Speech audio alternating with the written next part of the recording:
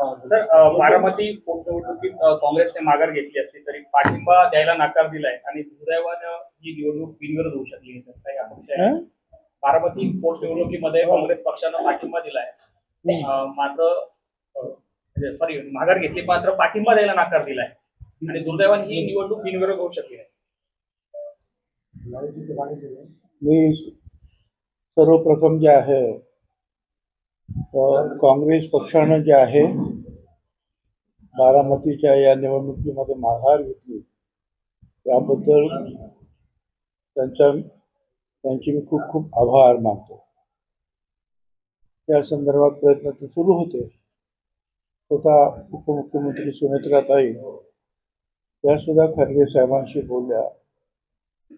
त्यानंतर आमचे काही आमदार मंत्री ते हर्षवर्धन सपकाळ जे अध्यक्ष आहेत महाराष्ट्राचे त्यांच्याकडे गेले. मी स्वतः त्यांना फोन केला, त्यांना विनंती केली आणि मग त्यांनी जे आहे त्या विनंतीला मान देऊन त्या निवडणुकीतून माघार घेतली. त्याबद्दल काँग्रेसच्या नेत्या सोनिया गांधी, राहुल गांधी, खरगे साहेब, हर्षवर्धन त्या सगळ्यांचे आणि ज्यांनी माघार घेतली ते उमेदवार त्या सगळ्यांचे मी पुन्हा एकदा आभार मानतो. आता एकदा त्यांनी निवडणुकीतून माघार घेतली याचा अर्थच असा आहे की त्यांनी रस्त्यात मला मोकळा करून दिलेला आहे. त्यामुळे साहजिकच ही मतं जी आहे आता सुनेत्राताई पवार यांच्या घड्याळावर जी आहे ती मतं पडणार आहे. आता लेटेस्ट मला काही माहिती नाही, परंतु जय पवार जे आहे ते स्वतः बारामतीमध्ये बसून लोकांची समजूत काढून अनेक जणांच्या उमेदवारा मागे घेण्यासाठी त्यांनी प्रयत्न सुरू होते. कार्यकर्त्यांनी प्रयत्न सुरू केले. साधारणपणे मला असं वाटतं मी 1:30-2च्या दरम्यान त्यांच्याशी बोललो. तोपर्यंत जवळ 18-20 लोक ज्यांनी उमेदवारी दाखल केली होती त्यांनी माघार घेतलेली होती आणि त्यानंतरही ती प्रक्रिया जी आहे ती सुरू होती. एकूण काय तर मोठे जे पक्ष ज्यांना आपण म्हणता येईल राज्य व्यापी किंवा देशव्यापी आहेत, काँग्रेस देशव्यापी आहे अशी सगळीच आहेत. काँग्रेस आहेत, पवार साहेबांनी आणि सुप्रियाताईंनी तर सुरुवातीलाच जाहीर केलं की आम्ही काही उमेदवार उभा करणार नाही. उद्धवजी ठाकरे यांना स्वतः सुनेत्राताईंनी फोन केला आणि सांगितलं की यावेळेला म्हणजे निश्चितपणे आम्ही तुमच्या बरोबर आहोत. मी स्वतः बोलून मी येतो तुमच्याकडे, तुम्ही काहीच आवश्यकता नाही या कामासाठी तरी नको, कारण अगदी मोकळेपणाने आम्ही तुमच्या बरोबर आहोत. काँग्रेसचा प्रश्न होता तो सुद्धा आता सुटलेला आहे.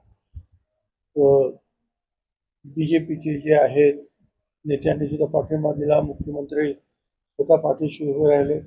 एकनाथराव शिंदे फॉर्म भरण्यासाठी आले, चंद्रशेखर बावनकुळे फॉर्म भरण्यासाठी आले, रामदासजी आठवले यांनी पाठिंबा दिला, जानकर यांनी पाठिंबा दिला, हाके निवडणुकीला उभे राहणार होते त्यांनी माघार घेतली. एकूणच काय की सगळ्यांनी जवळपास जे आहे पाठिंबा दिलेला आहे आणि त्यामुळे मी या सगळ्यांचेच मी आभार मानतो. तर काही अपक्ष उमेदवार अजूनही रिंगणात आहे. मला तर आत्ताची या क्षणाची काय परिस्थिती आहे ती काही कल्पना नाही. मी तुम्हाला सांगितले की मी जी 1:30 वाजता जी माहिती घेतली होती, जय पवार तिथे खास बसलेले होते त्या कामासाठी लोकांची समजूत काढण्यासाठी. 18-20 लोक तोपर्यंत त्यांनी सांगितलं की आतापर्यंत माघार झालेली आहे. नाही तर आणखीन काही लोक माघार त्यांनी घेतली असेल, बरेचसे लोक माघार घेतले. अपक्षांच्या एका अर्जामध्ये करुणा मुंडे यांचा देखील अर्ज राहिलेला आहे, तो माघार झाला. मला काही कल्पना त्यांनी माघार घेतली की नाही, कोणी म्हणजे नावानिशी मला काही कल्पना नाही आहे. कोणी माघार घेतली, कोणी घेतली नाही. साहेब, खरात त्याच्यानंतर आता एक मोठी कंपनीमध्येही सेक्स स्कॅन्डल बाहेर आलेलं आहे. नाशिकमध्ये चाललं तरी काय? त्या खरातने खरोखरच नाशिकचं नाव खराब करून टाकलेलं आहे आणि त्याच्यामध्ये आता हे एक काहीतरी कुठच्या तरी कंपनीचं सुद्धा मी मीडियामध्ये वाचलं. नाशिकच्या पावित्र्याला म्हणूया आपण, किंवा पहिल्यापासूनच कुंभमेळा इथे येतो होतो, गोदावरी तिथे आहे, नदी रामकुंडामध्ये अख्ख्या जगातून लोक येतात अस्थि विसर्जनासाठी. या सगळ्या पावित्र्याला कुठेतरी धक्का लागल्यासारखं वाटायला लागलं की हे जे आहे अशा गोष्टीमुळे जे आहे लोकांच्या मनामध्ये जे आहे एक वेगळी भावना निर्माण होते, तुच्छतेची भावना निर्माण होते. परंतु नाशिकची जनता जी आहे त्या जिथे जिथे अशा काही गोष्टी असतील त्या गोष्टी निश्चितपणे त्याचं समाजात पोलिसांना बरोबर घेऊन करते. आणि हे असे काय उद्योग कुठे चालले असतील ते निश्चितपणे बंद होतील आणि नाशिकचे जे आहे पावित्र्य जे आहे कायम राखण्यासाठी सगळे प्रयत्न करतील.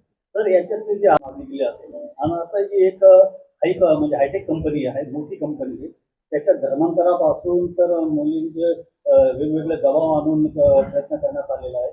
दुसरं तर घराच्या बाबतीत असंतोष प्रचंड आहे. काय तुम्ही सांगाल यांना, या अशा लोकांना कशी शिक्षा व्हायला पाहिजे? असं आहे की पोलीस जिथे जिथे ज्यांनी कायदा हातात घेतलेला आहे, अत्याचार अन्याय केला असेल त्या त्या ठिकाणी निश्चितपणे कडक कारवाई करतील. त्याच्यामध्ये कुठला धर्म कुठलं कर्म काहीही बघितलं जाणार नाही. त्यांनी चुकीचं काम केलं त्याबद्दल निश्चितपणे पोलीस त्यांच्यावर कारवाई करते. त्याच्याबद्दल अजिबात शंका असण्याचं काहीही कारण नाही. ठीक आहे सर, योजना केली आहे. काय वाटतं तुम्हाला याच्यातून फायदा होईल? प्रधानमंत्री मोदी साहेबांनी लोकसभेमध्ये म्हणजे वैधानिक मंडळामध्ये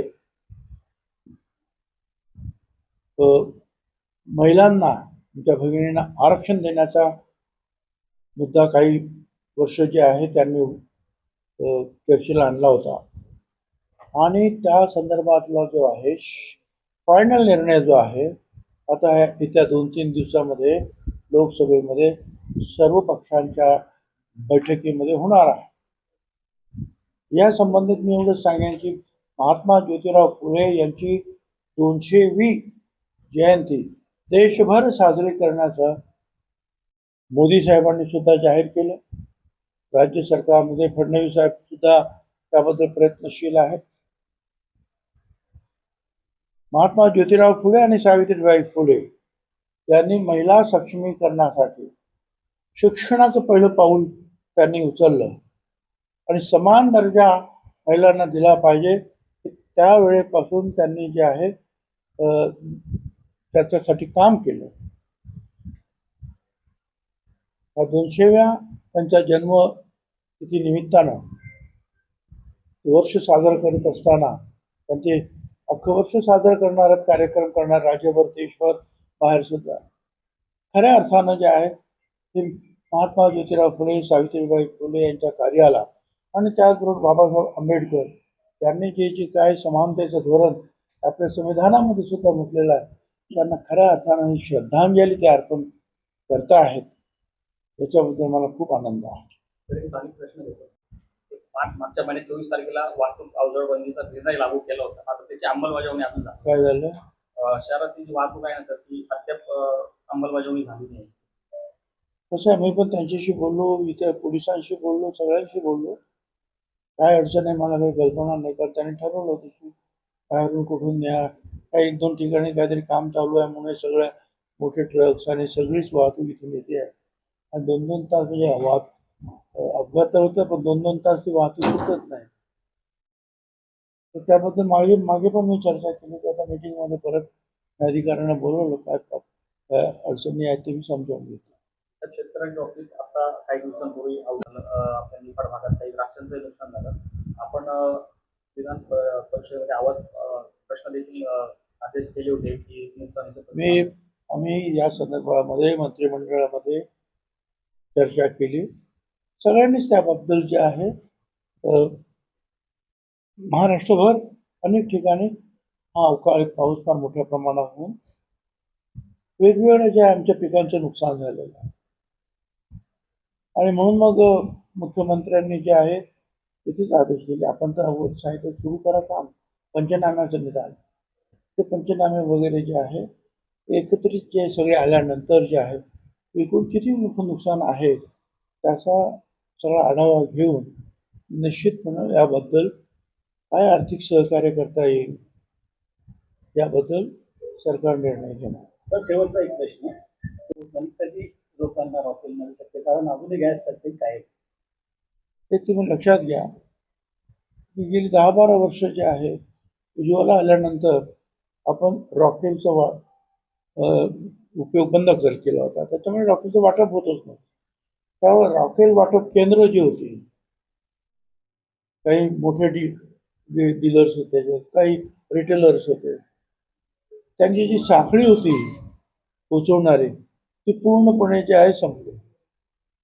त्यामुळे पुन्हा आम्ही आता सगळ्यांना जिल्हाधिकाऱ्यांना कळवलं मुंबईपासून सगळ्यांनाच की असे जे काही केंद्र असतील त्यांनी जे पुढे आले तर त्याचं ताबडतोब पुनरुज्जीवन त्यांचं जे जे काही त्या परमिशन वगैरे त्यांचं लायसन्स वगैरे वगैरे वगैरे आहे ते ताबडतोब हे मंजूर झालं असं जाहीर केलं आम्ही. त्याच्यासाठी थांबायचं नाही. काही अर्ज पडलेले होते आम्ही सांगितलं हे मंजूर. काही वारसदाराची कामं होती आम्ही सांगितलं हे मंजूर ग्राहीत धरण्यात आलेला आहे आणि आणखीन कोणाला पाहिजे असेल तर 24 तासामध्ये त्याला आपण विक्रेत्याचं जे आहे लायसन्स वगैरे देणार आहोत. जवळजवळ 101 डीलर्स जे आहे या बाबतीमध्ये महाराष्ट्रात पुढे आले आणि त्या ठिकाणी जे आहे रॉकेल वाटपाचं काम सुरू झालं. रॉकेल आहे पण वाटप करण्यासाठी जी यंत्रणा जी आहे ते उभी राहते. Thank you sir.